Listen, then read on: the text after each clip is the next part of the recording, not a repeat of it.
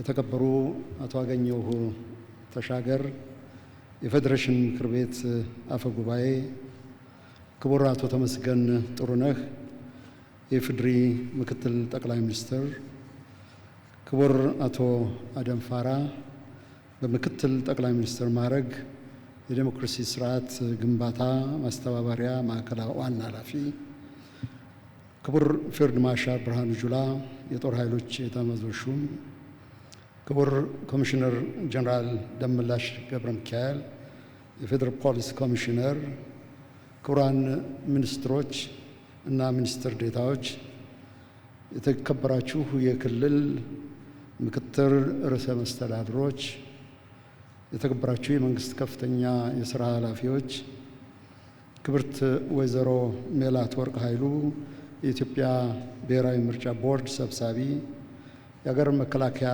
መኮንኖችና የፖሊስ መኮንኖች፣ የፖለቲካ ፓርቲ አመራሮች፣ የሲቪል ማህበረሰብ ድርጅቶች ማህበራት ፕሬዚዳንት አቶ አህመድ ሁሴንና የስራ ባልደረቦቹ፣ የተከበራችሁ የሃይማኖት አባቶችና የሀገር ሽማግሌዎች፣ ኤክሰለንሲስ አምባሳደርስ ኤንድ ሜምበርስ ኦፍ ዘ ዲፕሎማቲክ ኮር፣ የተወደዳችሁ የኢትዮጵያ ሕዝቦች፣ ክቡራትና ክቡራን፣ ከሁሉ በማስቀደም ይህንን መርሃ ግብር ላዘጋጀው የኢትዮጵያ ሲቪል ማህበረሰብ ድርጅት ካውንስል ያለኝን ልባዊ አድናቆት ለመግለጽ እወዳለሁ።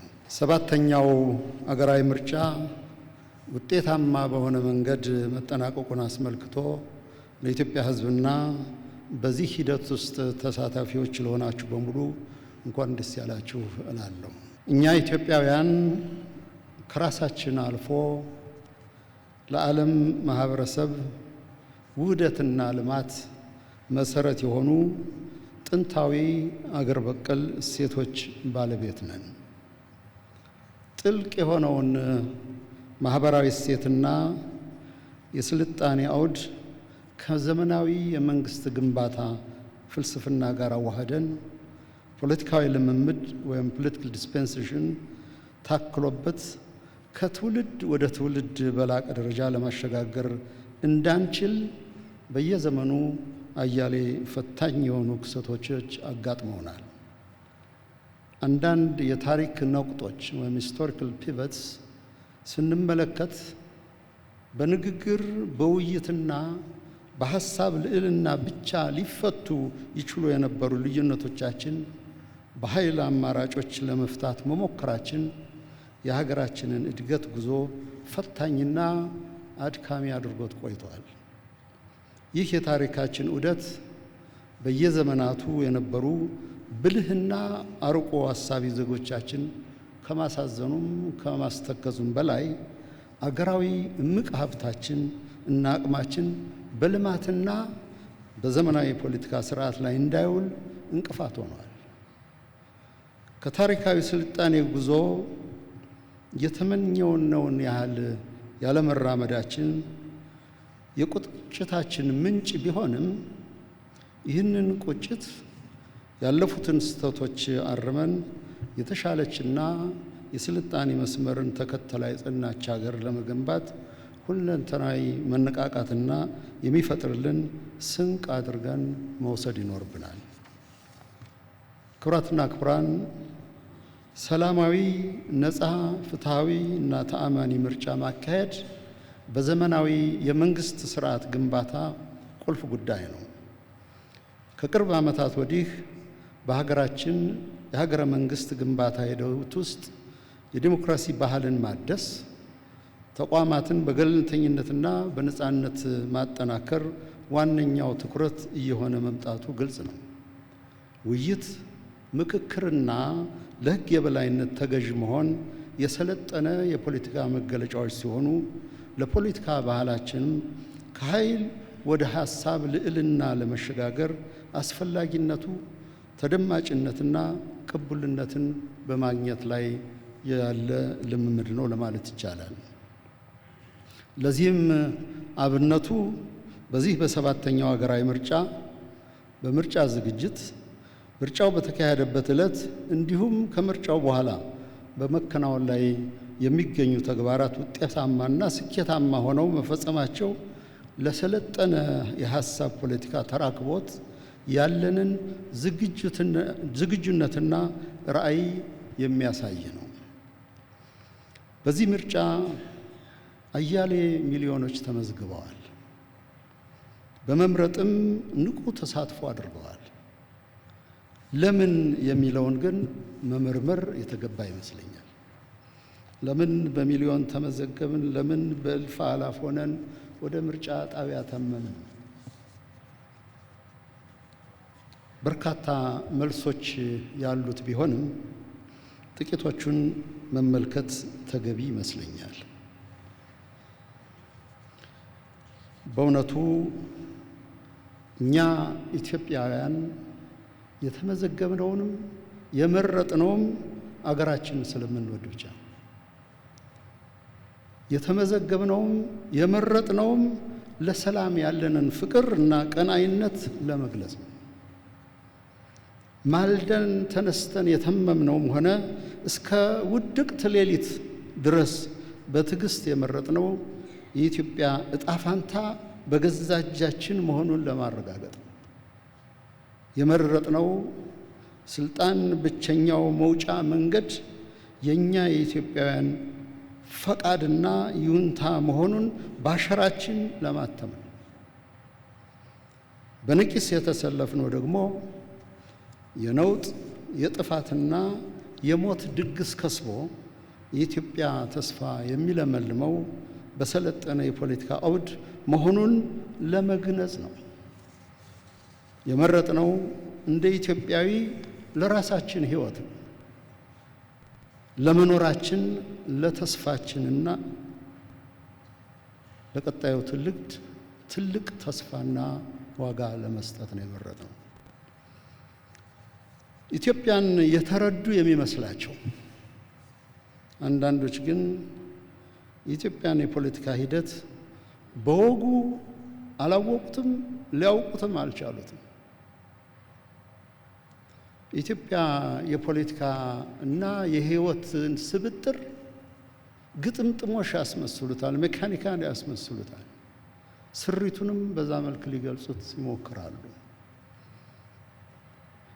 ከ54 ሚሊዮን በላይ ህዝብ በመመዝገብና እልፍ አላፍ ሆነን በመምረጣችን በጥቂት ኢንተሌክቹዋልስ ወይም ልሂቃን መካከል የሚደረግ የፖለቲካን ውድድር ለመታዘብ የወጣን አልነበረም። ይህ አይነቱ የሰነበተ የንቀት ፍረጃ በኢትዮጵያም ብቻም ሳይሆን አሁን እንደምናየው በሌሎችም ሀገራት በሚካሄዱ ምርጫዎች እርባና የሌለው ድምዳሜ እየሆነ መጥቷል። በተመለከቱት፣ ባነበቡት፣ ጽፈው በሰጧቸው ቴክስት ቡክ ብዙ ነው፣ አያሌ ነው የሚጻፈው። አገራት እንዴት እንደሚመዘኑ በራሳቸው ሩህ፣ በራሳቸው ባህል፣ በራሳቸው ስሪት ሳይሆን ሌሎች በጻፉት ነው አገራት የሚመዘኑት። ስለዚህ መመዘኛዎችን ጥሰን አልፈናል። የኢትዮጵያን መገለጥ አግድመው ሊተነትኑ የሞከሩትን ሁሉ አሳፍረናል፣ በድምፃችን ተመን በመውጣታችን።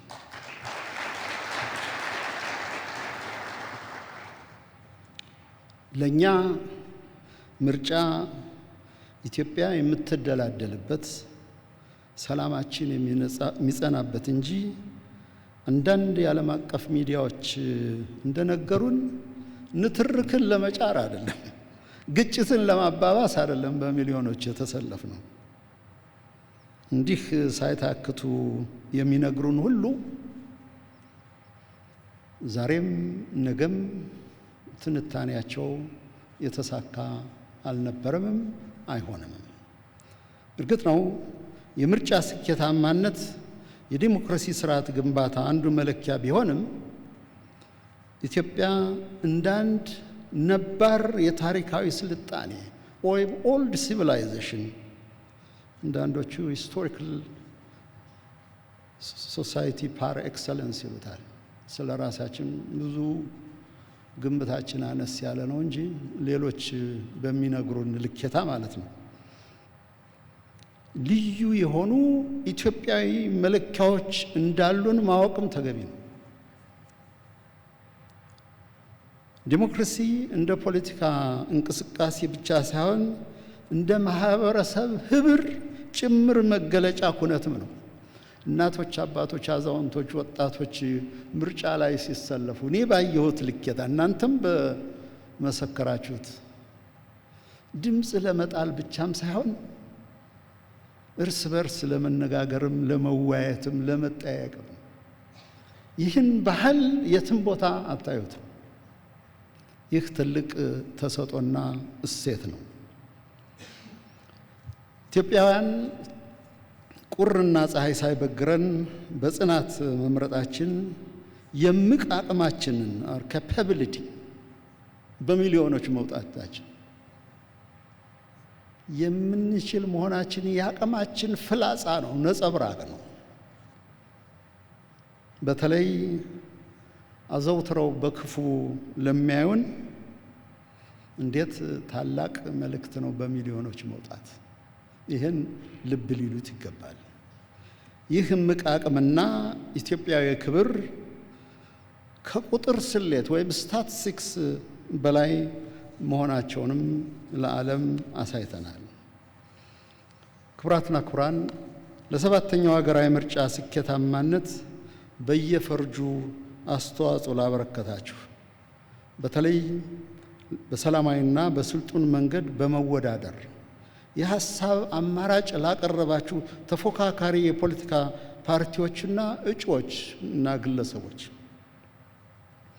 የመራጮች ትምህርት በመስጠትና በገለልተኛ ታዛቢነት የሂደቱን ተአማኒነት ለተከታተላችሁ የሲቪል ማህበራት ድርጅቶች፣ ሂደቱን በቅርበት በመከታተልና ዓለም አቀፋዊ ምልከታችሁን በማጋራት አጋርነታችሁን ላሳያችሁ ለአፍሪካ ህብረት፣ ለኢጋድና ለዲፕሎማቲክ ማህበረሰቡ አባላት ከፍ ያለ ምስጋናዬን ለማቅረብ እወዳለሁ።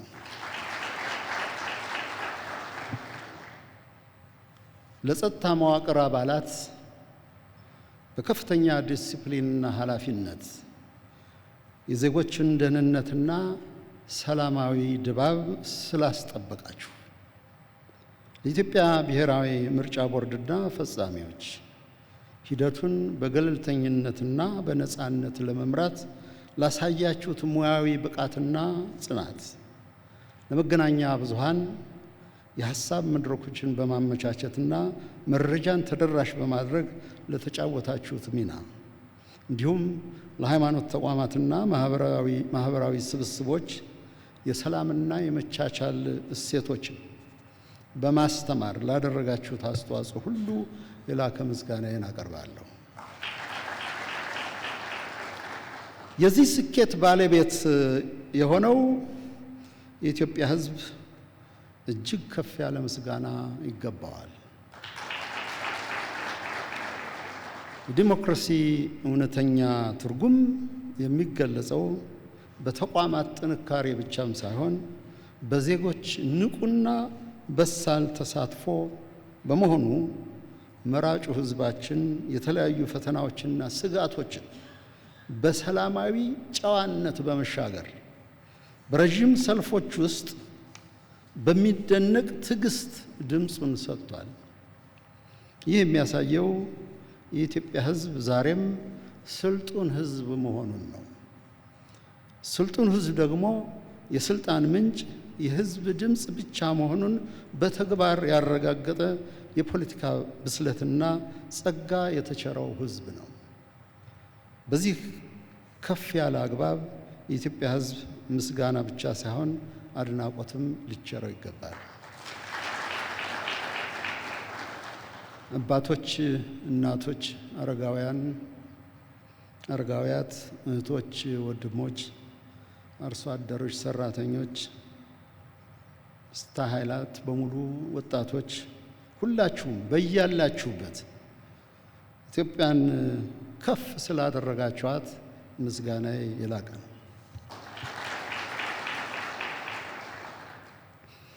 ከምስጋናና ከእውቅና በተጨማሪ በዛሬው ዕለት የተሰባሰብነው ከምርጫው ሂደት ያገኘናቸውን ትምህርቶች መሰረት በማድረግ የዲሞክራሲ ባህልን፣ የሰላማዊ የፖለቲካ ተሳትፎንና የሀገራችንን የጋራ የወደፊት ርዕይ ብሩህና ብርቱ ለማድረግ ነው። ከዚህ ጋር ተያይዞ በእናንተ ፈቃድ አንዳንድ ሀሳቦች ላይ አጽንኦት ለማድረግ እፈልጋለሁ። አንደኛው ይህ ሀገራዊ ምርጫ ሂደት የሚያመላክተን ታላቅ ቁም ነገር ቢኖር የሀገር ግንባታም ሆነ ፖለቲካ በደመ ነፍስና በስሜት ከቶውንም የማይመራ መሆኑ። ኢሞሽን፣ ስሜት፣ ቪስራል ሪያክሽን አይደለም የሀገር ፖለቲካ የሚመራው፣ በጭምትነት፣ በአስተዋይነት፣ አርቆ በማሰብ። ይህ ምርጫ ያሳየን ቢኖር እሱን። ምርጫው ያጎላው ነገር ቢኖር የማሰብ አቅማችን እና ኢትዮጵያዊ ስክነትን ነው። የምርጫው ተሳትፎ ጉዟችን ከእውቀትና ከማስተዋል ጋር የተወዳጀ፣ ከግጭትና ከጥፋት የተፋታ የተለያየ መሆኑን በተግባር አሳይቷል። እየተዛተባቸው፣ እየተተኮሰባቸው እየመረጡ አስመራጩንም ጠብቀው የዘለቁ እኒህ ኢትዮጵያውያን ምንኛ ትጉህና ብርቱ ናቸው። ዘላለም የኢትዮጵያ ታሪክ የምርጫ ታሪክ ሲጻፍ በቴሌቪዥን መስኮታችን ያየናቸው በአስቸጋሪ ሁኔታ ሆነው ድምፄን እሰጣለሁ ብለው የወጡ በታሪክ ማህደራችን ውስጥ ገናናዎች ይሆናሉ። ስለዚህ የፖለቲካ ስራና አመራር በሀሳብ የሚያምኑ አዳዲስ እይታዎችን የሚያመላክቱ አገርን የሚያጸኑ ለሕዝብ ተገዥና ለሕዝብ ታማኝ የሆኑ ሰዎች ተግባር ሆኖ እንዲቀጥል ማድረግ ይኖርበታል። ፖለቲክስ ዘ ፕሮፌሽን። ፖለቲከኛ ይህን ሙያ መቀዳጀት አለበት። የአልፎ ያጅ ተጓዥ ተግባር አይደለም። ሊለማመዱት ይቻላል፣ ግን አጽንተው መያዝ ነው። የአፍታ የስሜት ጉዳይ አይደለም። ስለዚህ ተግባር ነው። ይህንን አጽንቶ መያዝን አስተምሮናል። ሌላው ምርጫው አሸናፊ ለሆኑ ድርጅቶች የድልና የከበሬታ መገለጫ ሳይሆን የከባድ ኃላፊነትና የአደራ ምዕራፍም ጭምር ነው። አሸናፊዎች ይበልጥ በታማኝነት፣ በጭምትነት፣ በንጽህና በሐቅ መስራት መርሆች በሐቅ መስራትን መርሆቻቸው ሊያደርጉ ይገባል። በሐሳብና በመርህ ማመን አምኖም መፈጸም ተቀዳሚ ተግባራቸው ሊሆን ይገባል።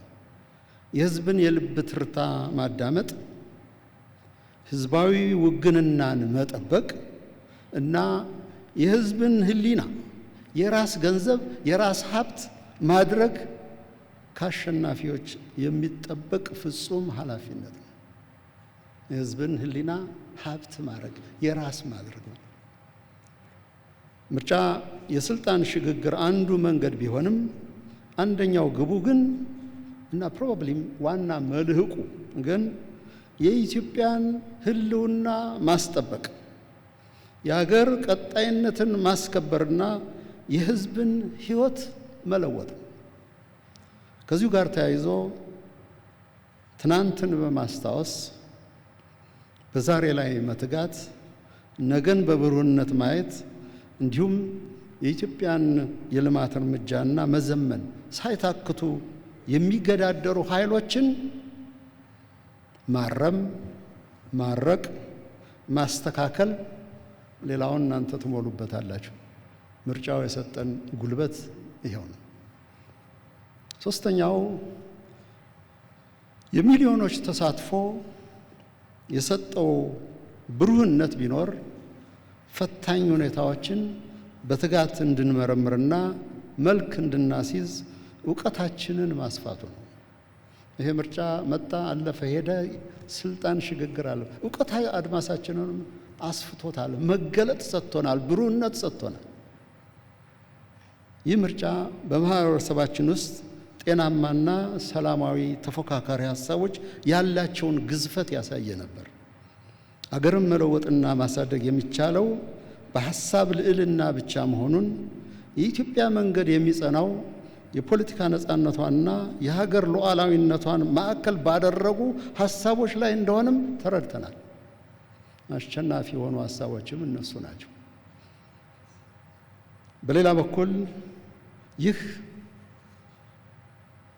ሂደት ውል የለሽ፣ ውል አልባ፣ ተንከራታችና ጎታች ሀሳቦችን ለማስተካከል እድልም የቸረ ነው። በአመፅና በነውጥ የታሹ ኋላ ቀር እይታዎችንም የገሰጸ ነበር ለማለት ይቻላል። በሚሊዮኖች የወጡ ህዝብ መልእክት ማረጋገጫው ይሄ ነው። አራተኛ፣ ይህ ምርጫ የገለጠልን ዘላቂ እውነት አለ። በዲሞክራሲ ልምምድ ለመቆየት የመረጠ ህዝብ የፖለቲካ ብስለቱ ያድጋል፣ ይመነደጋል። በአንጻሩ ደግሞ በኃይልና በነውጥ ለመንጎድ በሀገር ላይ የሸፈተ የሰነበተም ትኩስም ሽፍታ